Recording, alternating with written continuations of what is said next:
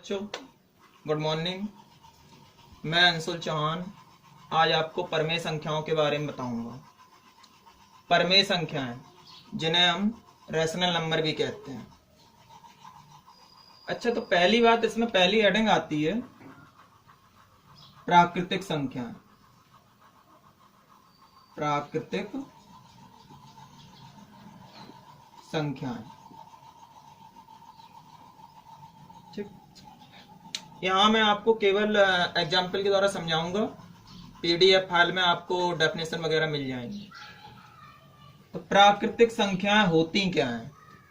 पहली बात तो सभी गिनती की संख्याएं, मतलब कह सकते हैं सभी गिनती की धनात्मक संख्याएं प्राकृतिक संख्याएं कहलाती हैं। जैसे सभी गिनती की धनात्मक संख्याएं प्राकृतिक संख्याएं कहलाती हैं। अब गिनती की धनात्मक 1, 2, 3 ... अनंत।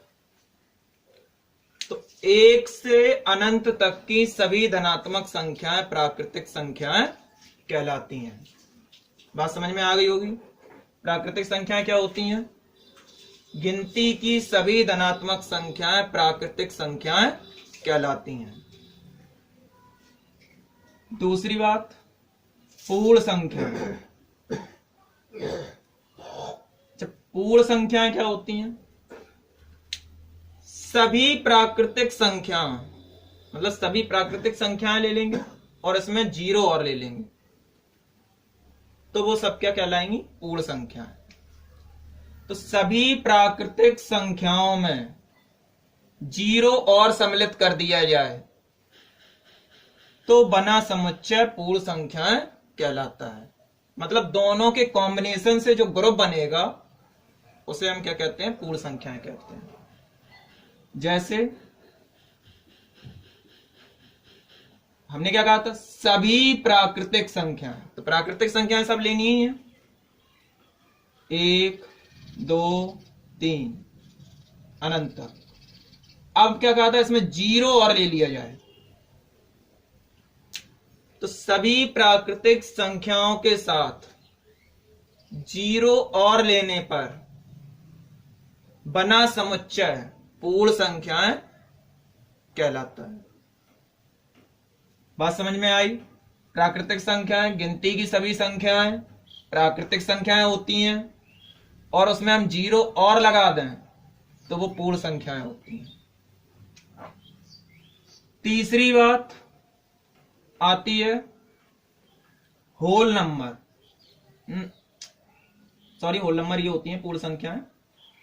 आता है पूर्णांक, जिन्हें हम बोलते हैं इंटीजर्स। अब ये पूर्णांक क्या होते हैं? तो देखो, यहां धनात्मक संख्याएं थी, यहां 0 और लग गया तो ये बन गई पूर्ण संख्या। अब इसमें माइनस वाली और लगा लें तो वो बन जाएंगे पूर्णांक। जैसे देखो, मैंने क्या कहा था? इसमें हमें माइनस वाली और लगानी है तो सभी हम ये लेते हैं 1, 2, 3 ... अनंत। इसमें माइनस और लगा लेंगे, -1, -2, -3 ... अनंत। तो पूर्ण संख्याओं में माइनस वाली संख्याएं और शामिल कर दें तो वो क्या होते हैं? पूर्णांक। अब परिभाषा कैसे कहेंगे? सभी धनात्मक संख्याएं, सभी ऋणात्मक संख्याएं और 0 के सम्मिलित समुच्चय को पूर्णांक कहते हैं। बात समझ में आई? मतलब सभी हमें धनात्मक लेनी है, सभी ऋणात्मक लेनी है और 0 लेना है। तो इससे मिलके जो पूरा ग्रुप बनेगा, सम्मिलित रूप होगा, वो क्या होगा? पूर्णांक कहलाते हैं। बात समझ में आई? चौथी बात, चौथी हेडिंग आती है परमेय संख्याएं। परमेय संख्याएं, जो कि आपके यहां टॉपिक का नेम भी है। परमेय संख्याएं क्या होती हैं? ऐसी संख्याएं जिन्हें P/Q के रूप में लिखा जा सके लेकिन Q का मान 0 के बराबर ना हो, परमेय संख्याएं कहलाती हैं। जैसे मैंने क्या कहा, ऐसी संख्याएं जिन्हें P बटे Q के रूप में लिखा जा सके, मतलब बटे में लिखी हो, लेकिन Q का मान 0 के बराबर ना हो, मतलब यहां 0 नहीं होना चाहिए, तो ये संख्या परमेय संख्या कहलाती है। जैसे हम कहते हैं, हमने ले लिया 4। अच्छा, तुम देखोगे कि 4 P बटे Q के रूप में नहीं है, लेकिन अगर हम इसके नीचे 1 मान लें, 1 का 4 हम भाग करेंगे, कितना आएगा 4, तो ये क्या हो गया, P बटे Q के रूप का हो गया। अच्छा, P बटे Q के रूप का मतलब है कि अंश बटे हर के रूप में है, जिसमें अंश भी हो और हर भी हो, लेकिन Q का मान 0 के बराबर ना हो, मतलब नीचे 0 ना हो, हर का मान 0 ना हो। तो हम यहां देख रहे हैं कि 1 है, Q बराबर कितना है 1, जो कि 0 के बराबर नहीं है, इसलिए ये 4 क्या होगी, 4 एक परमेय संख्या है, 4 एक परमेय संख्या है। ऐसे अगर हम बात कर लें 1/2,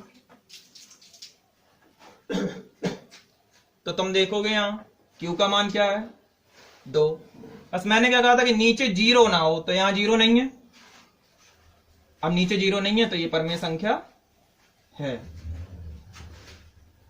परमेय संख्या है, क्योंकि Q बराबर कितना है 2, जो कि 0 के बराबर नहीं है, इसलिए ये परमेय संख्या है। अच्छा, तीसरी अगर हम बात कर लें, जैसे हम कहें 0,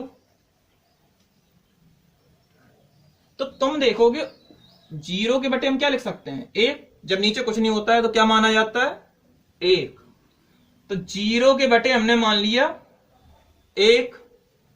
अब हमने परमेय संख्या की परिभाषा में क्या कहा था कि नीचे 0 नहीं होना चाहिए, तो तुम नीचे देख सकते हो क्या है 1, तो हम कहेंगे Q बराबर 1, जो कि 0 के बराबर नहीं है, इसलिए 0 एक परमेय संख्या है। बात समझ में आई? तो हमें इससे कोई मतलब नहीं है कि ऊपर 0 है, हमें यहां यह देखना है कि नीचे क्या है 1, जो कि 0 के बराबर नहीं है, इसलिए 0 एक परमेय संख्या है। बात समझ में आई? तो हम यहां फॉर एग्जांपल में ले सकते हैं कुछ परमेय संख्याएं, जैसे 1/2, 6/7, 0, 8, 9, 11/12, इस टाइप से होगा आदि एट एक्स्ट्रा। तो ये क्या है, सभी परमेय संख्याएं हैं, क्योंकि तुम नीचे देख रहे हो 2 है जो कि 0 के बराबर नहीं है, यहां 7 है 0 के बराबर नहीं है, इसके नीचे हम क्या मान लेंगे 1, तो 0 के बराबर नहीं है, ऐसे इनके नीचे भी हम क्या मान लेंगे 1, तो ये भी 0 के बराबर नहीं है, यहां पे भी नहीं है। तो ये सारी परमेय संख्याएं हैं। अच्छा, अब बात आती है, समझ गए होंगे, प्राकृतिक संख्या, पूर्ण संख्या, पूर्णांक, परमेय संख्या।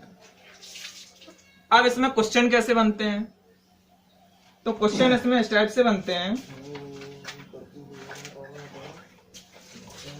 देखो क्वेश्चन बनेगा, वो कहेगा क्या 0 एक सबसे छोटी परमेय संख्या है, क्या 0 एक सबसे छोटी परमेय संख्या है।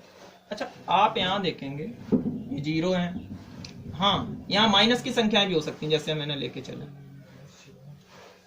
तो तुम देखोगे यहां धनात्मक संख्या है, ये 0, ये ऋणात्मक संख्या है, तो क्या 0 सबसे छोटा है, नहीं है, सभी माइनस की संख्याएं 0 से छोटी होती हैं, इसलिए 0 1 परमेय संख्या 0 1 सबसे छोटी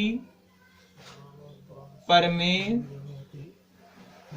संख्या नहीं है। क्वेश्चन तो है कि 0 1 सबसे क्या 0 1 सबसे छोटी परमेय संख्या है? तो आप कहेंगे नहीं, 0 1 सबसे छोटी परमेय संख्या नहीं है, क्योंकि 0 से छोटी और माइनस की संख्याएं भी होती हैं। अब वो कहता है क्या सभी प्राकृतिक संख्याएं पूर्ण संख्याएं होती हैं? क्या कहा गया आपसे? सभी प्राकृतिक संख्याएं, डेट मीन्स ये पूर्ण संख्याएं होती हैं। तो तुम देखोगे ये सभी संख्याएं इसमें आ रही, हाँ बिल्कुल आ रही हैं, यहां तक आ रही। तो हम कह सकते हैं कि हाँ सभी प्राकृतिक संख्याएं पूर्ण संख्याएं होती हैं। मतलब ये सब तो इसमें होती हैं, 0 और होती है। मैंने परिभाषा ही बताया था कि सभी प्राकृतिक संख्याओं में 0 और लगा दिया जाए तो क्या हो जाती हैं? पूर्ण संख्या। तो हम क्या कहेंगे? सभी प्राकृतिक संख्याएं पूर्ण संख्याएं होती हैं। लेकिन अगर हम उल्टा कहें, क्या सभी पूर्ण संख्याएं प्राकृतिक संख्याएं होती हैं? तो आप देखेंगे कि सभी पूर्ण संख्याएं नहीं होती। ये वाली तो हो जाएंगी, लेकिन 0 इसमें नहीं है। यहां तो है लेकिन यहां नहीं है। तो ये वाली पूर्ण संख्या ऐसी है जो प्राकृतिक संख्या नहीं है। तो अगर हम कहें प्राकृतिक संख्याएं पूर्ण संख्याएं होती हैं तो आप कहेंगे सही है। अगर हम कहें सभी पूर्ण संख्याएं प्राकृतिक संख्याएं होती हैं तो आप कहेंगे गलत है। मतलब पूर्ण संख्याएं प्राकृतिक नहीं हो सकती हैं, लेकिन प्राकृतिक पूर्ण हो जाएंगी। अगली बात आती है पूर्णांक। कहा जाए क्या सभी पूर्णांक परमेय संख्या होते हैं? तो तुम देखोगे, देखो पूर्णांक में सब में नीचे हम क्या मान सकते हैं? 1। और 1 जब मान लेंगे तो ये क्या बन जाएंगे? परमेय संख्या। क्योंकि परमेय संख्या की परिभाषा कहती है कि हर 0 के बराबर ना हो। ऐसी संख्याएं जिन्हें अंश बटे हर के रूप में लिख सकें, लेकिन हर 0 के बराबर ना हो। तो आप देखेंगे यहां किसी के भी हर 0 के बराबर नहीं है। इसलिए सभी पूर्णांक परमेय संख्या होते हैं। अच्छा, इसका उल्टा कहें कि क्या सभी परमेय संख्या, देखो पूर्णांक परमेय संख्या, बात सही है। अब अगर हम उल्टा कहें क्या सभी परमेय संख्याएं पूर्णांक होंगे? तो आप देखेंगे 8 एक परमेय संख्या है, ये पूर्णांक हो जाएगी, इसमें आ जाएगी आगे। 9 आ जाएगी। क्या आपकी 11/12 इसमें आएगी? नहीं आएगी। और जब ये 11/12 नहीं आएगी तो ये वाली संख्या ऐसी है जो पूर्णांक नहीं है। पूर्णांक मतलब पूरी संख्या, 1 2 3 4 काउंटिंग। क्या काउंटिंग में तुम्हें 11/12 मिलता है? नहीं मिलता है। इसलिए ये एक पूर्णांक नहीं है। तो अगर हम बात करें तो ये हमारी बात क्या हो जाएगी? गलत। सीधी बात फिर से एक बार, पूर्णांक परमेय बात सही है, लेकिन परमेय पूर्णांक बात गलत। ऐसी हम यहां बात करेंगे, प्राकृतिक संख्याएं पूर्ण संख्या होंगी, लेकिन पूर्ण संख्याएं प्राकृतिक संख्या नहीं होंगी। क्लियर?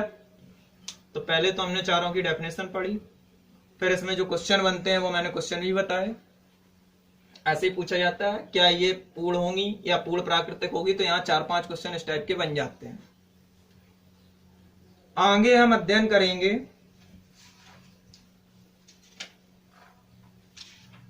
परमेय संख्या का निरपेक्ष मान।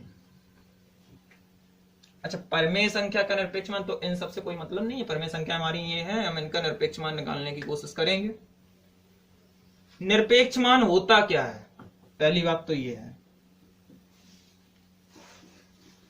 तो निरपेक्ष मान हमेशा क्या होता है? एक धनात्मक होता है।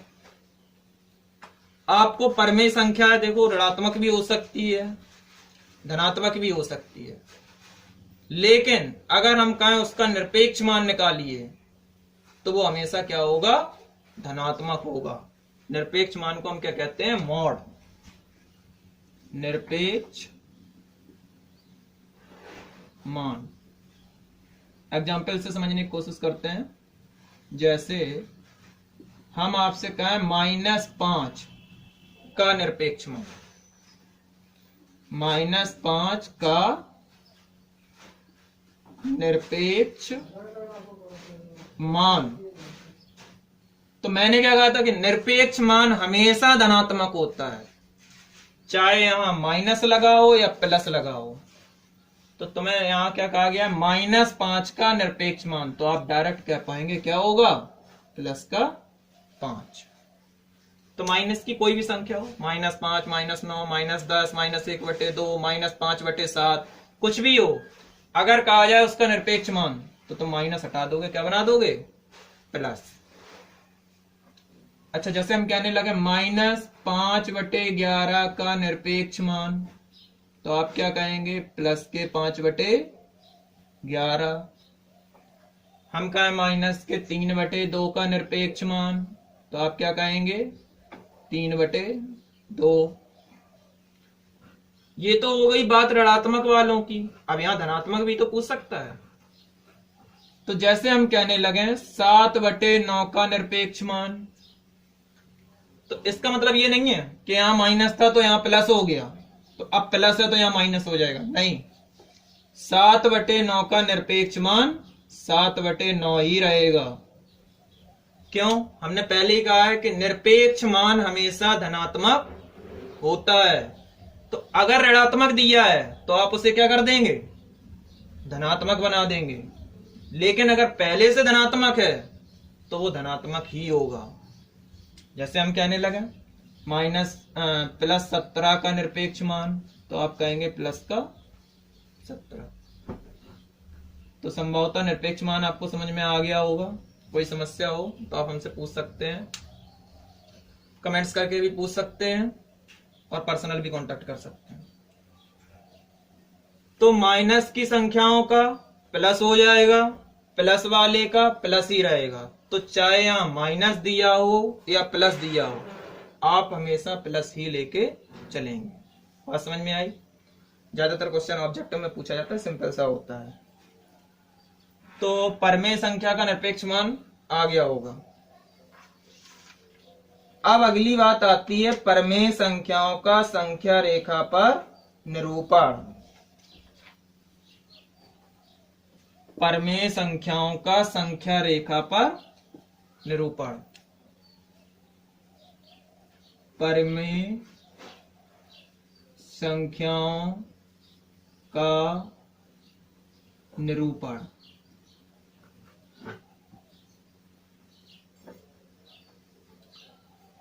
अब देखो, पहले ही लग रहा होगा तुम्हें, परमेय संख्याओं का निरूपण। परमेय संख्याओं को हमें संख्या रेखा पर दिखाना है। तो आप जानते हैं कि परमेय संख्या 4 भी होगी, 9 भी होगी, 1/2 भी होगी और 0 भी होगी। -9 कर लें, यहां 3/5 भी हो सकती है। तो हम इन एग्जाम्पल से समझने की कोशिश करते हैं। ये सारी परमेय संख्याएं हैं, इन सबको हमें संख्या रेखा पर दिखाना है। तो देखते हैं। संख्या रेखा आप जानते होंगे, एक इस टाइप से लाइन खींचेंगे, बीच में क्या होता है, 0। अच्छा, इसमें सबसे ज्यादा कंफ्यूजन तब होती है कि दायां कौन सा है और बायां कौन सा है। तो जब आप इस टाइप से बैठेंगे तो ये आपका कौन सा है, सीधा हाथ, तो यहां हो जाएगा दायां, और ये उल्टा हाथ हो जाता है तो यहां हो जाएगा बायां। इसे बोलते हैं राइट हैंड साइड, और ये हो जाएगा left hand side. RHS, LHS। तो हम यहां देखेंगे इसके बाद 0 के बाद यहाँ 1 2 3 4 5। इस साइड सभी संख्याएं होती हैं माइनस की, -1 -2 -3 -4। लेकिन तुम्हें क्या बनाना है, प्लस का 4। तो आप जानते हैं कि प्लस की संख्याएं हमें इस साइड मिलेंगी, तो हम देख सकते हैं इसमें हमारा 4 कहां आ रहा है, ये। तो यहां आपका हो जाएगा प्लस का 4। तो जब आपको एक यहां पूर्णांक दिया है, पूर्ण संख्या दी गई है, तो आप आसानी से कर पाएंगे। यहाँ 1 2 3 4 5 6 7 8 होते हैं, तो आप आसानी से कोई भी संख्या है उसे दिखा पाएंगे। अगर माइनस की दी गई है तो आप इस साइड दिखा लेंगे, -1 -2 -3 -4 -5, इस टाइप से यहाँ आ जाएगा माइनस का 9। तो इसे आप आसानी से कर पाएंगे, अपनी रफ नोट पे करें। अब बात आती है यदि संख्या बटे में है, यदि संख्या बटे में है, तो आप यहां पहले ये देखेंगे संख्या प्लस की है या माइनस की। प्लस की है तो इस टाइप से लाइन खींच लें, 0 1 और 2, यहां 1 हो जाएगा, यहां 2 हो जाएगा। अब हमें क्या दिखाना है, 1/2। तो यहां आप देखेंगे इसका अंश अगर 1 है तो यहां संख्या रेखा आप चाहें तो 1 तक बना सकते हैं, 1 से ज्यादा चाहे जितना बना दो, कोई दिक्कत नहीं। अब देखेंगे हर कितना है, 2। तो इसके अंदर जो लाइनें बनेंगी 2 बनेंगी, कितने, 2, 1 2। तो ये 0 हो जाएगा। अब यहां से काउंटिंग स्टार्ट करेंगे, 1/2, इसे हम कहेंगे 2/2, इस टाइप से चलता रहता है। तो ये पहली वाली लाइन आपकी आ जाएगी 1/2। नहीं आई बात समझ में? चलो हम आगे और भी क्वेश्चन देखते हैं तो समझ में आएगा। 0 को तो आसानी से कर पाएंगे, ये 0 है, दिखा देंगे, कोई दिक्कत नहीं है। इसे देखते हैं, मैंने क्या कहा था, पहले यहां देख लेना संख्या धनात्मक है या ऋणात्मक। तो संख्या कैसी है, माइनस की, तो हमें बनाना किस साइड है, इस साइड, इस टाइप से बना लो। यहां 0 हो जाएगा। अब बनाना कितना है, पहले ही बताया था कि यहां अंश कितना है, 3। तो आप कहां तक जाएंगे, कम से कम 3 तक, 1 2 और 3। लेकिन इस साइड है तो सारे माइनस के होंगे। अब पहला काम ये है, अंश देखेंगे 3 है तो हमने 3 तक लिख लेंगे हम। फिर नीचे देखेंगे कितना है, 5।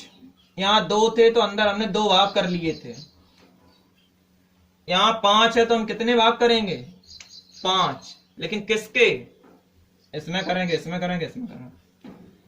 तो आप करेंगे लास्ट वाले में, जो सबसे लास्ट में है, 3 तक वाला है तो 3 वाले में करेंगे। एक पार्ट हो गया, 2 हो गए, 3 4 5। अब हमें कहां दिखाना है, 3 तक, तो यहां से काउंटिंग स्टार्ट कर दो, 1 2 3, यहां आ जाएगा। तो ये हो गया आपका -3, तो नीचे 5 लगा है तो 5 लगा, मतलब यहां -1/5, फिर 2/5, फिर 3/5, फिर 4/5, लेकिन हमें तो 3 चाहिए, तो ये हो जाएगा।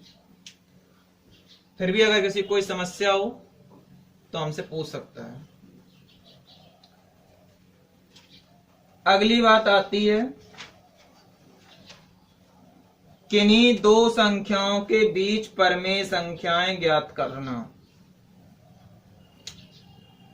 इसमें किसी कोई प्रॉब्लम हो तो पूछ सकते हो, कोई दिक्कत नहीं है। एक एग्जांपल और लेके बता देते हैं। जैसे हम यहां लेके चलते हैं 5/7।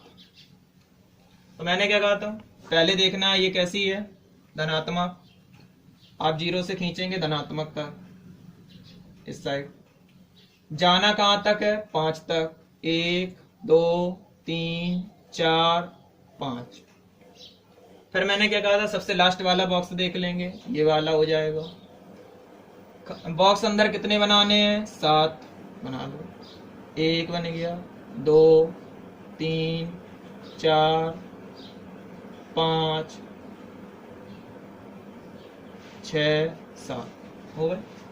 काउंट कर सकते हैं। 1 2 3 4 5 6 7। हमें क्या दिखाना है? 5। तो बस 1 2 3 4 5, यहां आ जाएगा आपका 5/7। फिर भी अगर किसी कोई समस्या रह जाए तो पूछ सकते हो। 1 2 3 4 5। हाँ, तो हम आगे क्या कह रहे थे? दो परमेय संख्याओं के बीच परमेय संख्याएं ज्ञात करना। ठीक है, चलिए देखते हैं दो परमेय संख्याओं के बीच। हाँ, तो अब हम बात करते हैं दो परमेय संख्याओं के बीच परमेय संख्याएं ज्ञात करना। तो कुछ एग्जाम्पल्स के द्वारा हम समझने की कोशिश करेंगे। जैसे हम कहें -2/5 और 1/2 के बीच 10 परमेय संख्या है।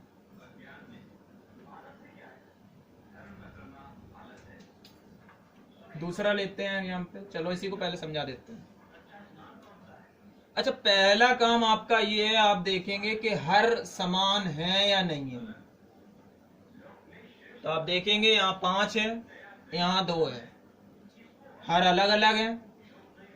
तो इस वाले हर का यहाँ ऊपर नीचे गुणा, तो -2/5 गुणा 2 गुणा 2, इसके हर का। और इस हर का हम यहां पे करा देंगे, तो 1/2 गुणा 5 गुणा 5। अब यहां गुणा कराइए, 2 दूनी 4, 5 दूनी 10, 5 एकम 5 और 5 दूनी 10। ठीक, अब इसके बीच में हमें संख्याएं कितनी चाहिए? 10। अगर हमें यहाँ 10 परमेय संख्याएं चाहिए तो हम गुणा करा देंगे एक ज्यादा, 11 का। कितने का? 11 का। 11 का ऊपर नीचे गुणा करा दिया, तो 11 चौको 44 बटे 11 का 10 में कराएंगे 110,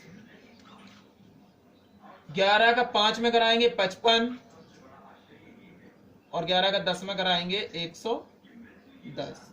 अब इन दोनों के बीच में हमें संख्याएं लिखनी है।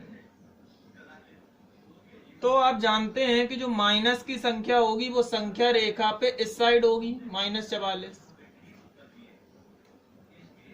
और जो प्लस की 55 है वो इस साइड होगी।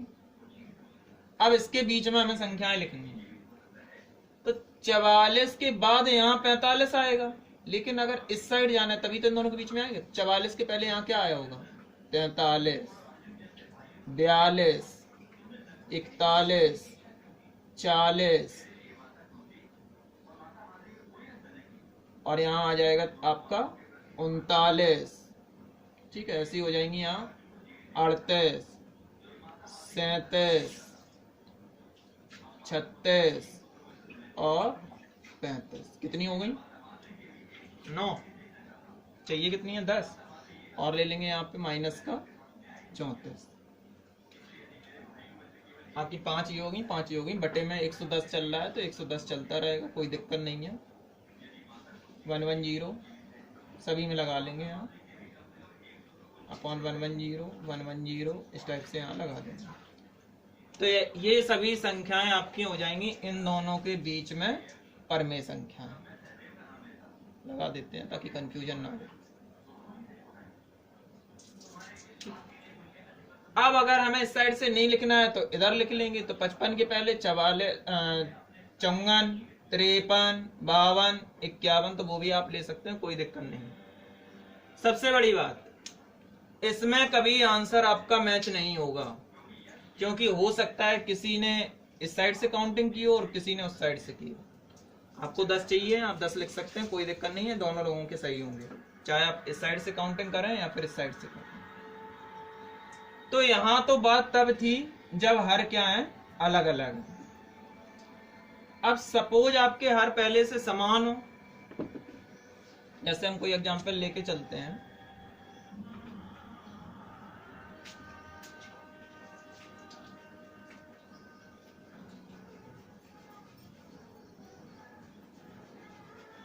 ये दिया है, कहा जाए 4/5 और 6/5 के बीच में 5 परमेय संख्याएं, 5 परमेय संख्या।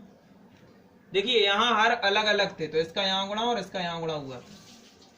यहां हर समान है, तो आपको ये गुणा नहीं करना है, सीधे आप देखो यहां आ जाएंगे। देखो यहां आके हर समान कैसे 4/10 5/10, यहां हर समान हो गए थे, तो ऐसे इसमें हर पहले से समान दिए, तो ये वाली प्रोसेस हमें नहीं करनी पड़ेगी। अब सीधे हम इस प्रोसेस पे आ जाएंगे। संख्या चाहिए थी 10, तो हमने 11 का गुणा कराया। संख्या चाहिए 5, तो कितने का गुणा कराएंगे, 6 का गुणा करा देंगे। 4/5 गुणा 6, और यहां 6/5 गुणा इंटू 6। यहां दोनों में 11 का कराया था, यहां दोनों में 6 का हो जाएगा। अब आप गुणा कराइए, 6 चौको 24, नीचे हो जाएगा 30, यहाँ 36 और 30। अब वही काम है कि इन दोनों के बीच में संख्याएं लिखनी। कितनी लिखनी है, 5, तो 24 के बाद 25, 26, 27, 28, 29 बटे कितना, 30। आप आसानी से लिख पाएंगे, कोई दिक्कत वाली बात नहीं है। फिर भी कोई प्रॉब्लम होती है तो पूछ सकते हैं। तो यहां हो जाएंगे इसके बीच में 5 परमेय संख्या। तो हो सकता है आपने इस साइड से 25 26 लिखा, किसी ने इस साइड से लिखा हो 36 के पहले 35 34 33, तो उसका भी सही हो। तो ये बात होती है कब, जब हर अलग अलग हो। यहाँ ये कब होगा, जब हर कैसे हो, समान हो। अब इसमें एक तो ये विधि होती है, दूसरी एक और होती है जिसे हम कहते हैं लघु विधि। आप समझने की कोशिश कीजिएगा, हम एक एग्जांपल से समझाते हैं। क्या कहते हैं, लघु विधि।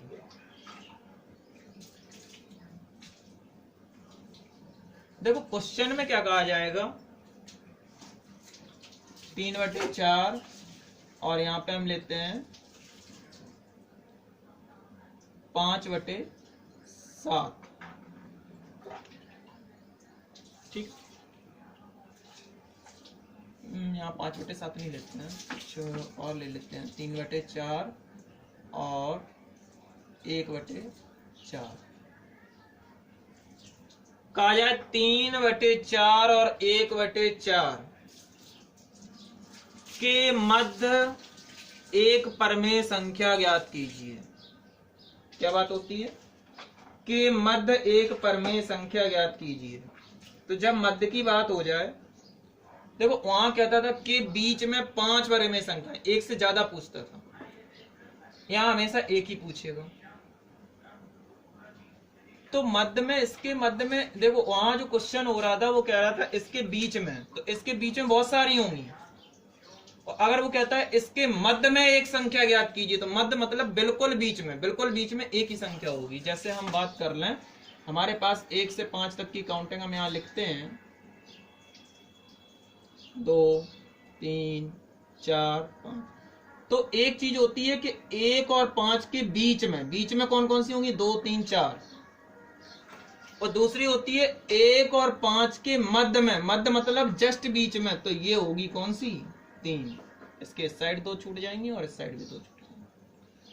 तो यहां वो कहेगा इसके मध्य में एक परमेय संख्या ज्ञात कीजिए, के मध्य में एक परिमेय संख्या ज्ञात करें।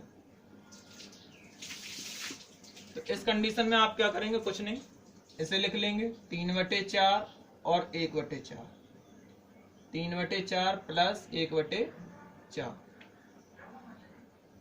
बटे 2।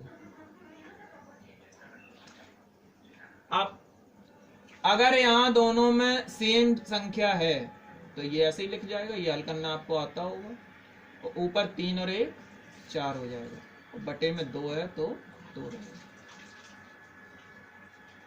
यहां देखेंगे, अब यहां क्या होता है, इसके नीचे 4 है, इसके नीचे कुछ नहीं है, 1 मान लेंगे, अंदर अंदर का गुणा, बाहर बाहर का गुणा। जब कराएंगे तो 4 गुणा 1 4, और नीचे 4 गुणा 2, ये हो जाएगा 4 से 4 कैंसिल, कितना आ जाएगा 1/2। तो 1/2 ऐसी संख्या है जो इन दोनों के बीच में होगी। एक एग्जाम्पल और बताते हैं तो अच्छे से क्लियर हो जाएगा। जैसे हम सेकंड एग्जाम्पल लेके चलते हैं कि 5 और 6 के मध्य एक संख्या बताइए। 5 और 6, तो हमने क्या कहा था, दोनों को क्या कर देंगे, जोड़ देंगे। 5 + 6/2, 5 और 6 11/2। तो 11/2 एक ऐसी संख्या है जो 5 और 6 के बीच में होगी। चाहे तो आप इसका समभाग भी दे सकते हैं, तो आ जाएगा आपका 5.5। तो इसका फॉर्मूला क्या होता है, फॉर्मूला होता है कि यदि दो संख्याएं a और b के बीच में कोई परिमेय संख्या ज्ञात करनी है, के बीच कोई परिमेय संख्या ज्ञात करनी है a और b के, एक ये a हो गई, दूसरी ये b हो गई, इसके बीच में कोई परिमेय संख्या चाहिए, तो पहली संख्या a प्लस दूसरी संख्या b/2, बस यही जो हो जाएगा, क्या हो जाएगी, इन दोनों के बीच की परिमेय संख्या। बात समझ में आई? तो एक बात होगी कि इन दोनों के बीच 4 परिमेय संख्याएं, 5 परिमेय संख्याएं, तो जितनी भी पूछी जाए उससे एक ज्यादा का ऊपर नीचे गुणा, और फिर उसके बीच की संख्या लिख देते। यहां कहेगा कि इन दोनों के मध्य एक परिमेय संख्या, तो दोनों को जोड़ देंगे और बटे 2। तो बच्चों आसानी से आप समझ गए होंगे, कोई दिक्कत नहीं है। अब हम आपका क्वेश्चन लेके चलते हैं, एक्सरसाइज का क्वेश्चन नंबर 1। कहा गया है निरपेक्ष मान ज्ञात कीजिए। निरपेक्ष मान, देखो मैंने बताया था निरपेक्ष मान क्या होता था, चाहे संख्या धनात्मक लिखी हो या ऋणात्मक लिखी हो, आप उसे धनात्मक कर देंगे। जैसे हम कहें -2 का निरपेक्ष मान क्या हो जाएगा, +2। हम कहें -3/7 का निरपेक्ष मान, तो हमें क्या करना है, संख्या सेम ऐसी रहेगी, क्या लग जाएगा, +3/7। तो क्वेश्चन नंबर 1 आप आसानी से कर पाएंगे, हम आपको पीडीएफ में प्रोवाइड करा देंगे, कर सकते हैं। सेकंड क्वेश्चन में कहा गया है संख्या रेखा पर निरूपित कीजिए। ये तो क्वेश्चन नंबर 1 था। सेकंड में कहा गया है संख्या रेखा पर निरूपित कीजिए। 7/2 को हमें संख्या रेखा पर दिखाना है। अब 7/2 को संख्या रेखा पे दिखाने के लिए पहला काम ये होता है कि अंश बड़ा है या हर। तो हम देखेंगे अंश बड़ा है। जब अंश बड़ा है तो हम 2 से इसे क्या कर देंगे, भाग। 2 से 7 को करेंगे भाग, तो 2 तिया 6, कितना बच गया, 1। तो पहले इसे हम सही बटे में लिखते हैं, कैसे, 2 सही 1/3, 2 सही 1/3, 3 दूनी 6 और 1 7/, मिस्टेक हो गया, ये वाली संख्या पहले लिखते हैं। 3 सही, फिर ये लिखते हैं ऊपर वाली, 1, फिर यहाँ नीचे लिखते हैं 2। इसे पहले सबसे आगे फर्स्ट नंबर पे, फिर इसे ऊपर लिखते हैं अंश की जगह पे, और इसे लिखते हैं, यहाँ चेक भी कर लेते हैं, 3 दूनी 6 और 1 7 बटे 2। पहला काम, अगर अंश बड़ा है तो अब हमें क्या करना है, काउंटिंग खींचनी है कहां तक, 3 से 1 ज्यादा 4 तक। तो हम क्या करेंगे, 0 से लाइन खींचेंगे, 0 1 2 3 1 ज्यादा 4 तक। अब हम देखेंगे यहां क्या है, 1/2। तो 1/2 में हम पहला देखेंगे कि इसका हर कितना है, 2। तो लास्ट वाले कॉलम को हम 2 भागों में बांट लेंगे, एक भाग दूसरा भाग। फिर देखेंगे यहां कितना है, 1, तो यहीं से काउंटिंग करेंगे 1, तो यहां आ जाएगा आपका 1/2 ये हो जाएगा। तो ऐसे ही आप आगे कोशिश करें संख्या रेखा पर निरूपित करने की। फिर भी कोई समस्या होती है तो आप पूछ सकते हैं। तो बच्चों आज आप इतना ही करें, फिर आगे हम नेक्स्ट सेशन में पढ़ाएंगे। ठीक है, ओके, थैंक यू।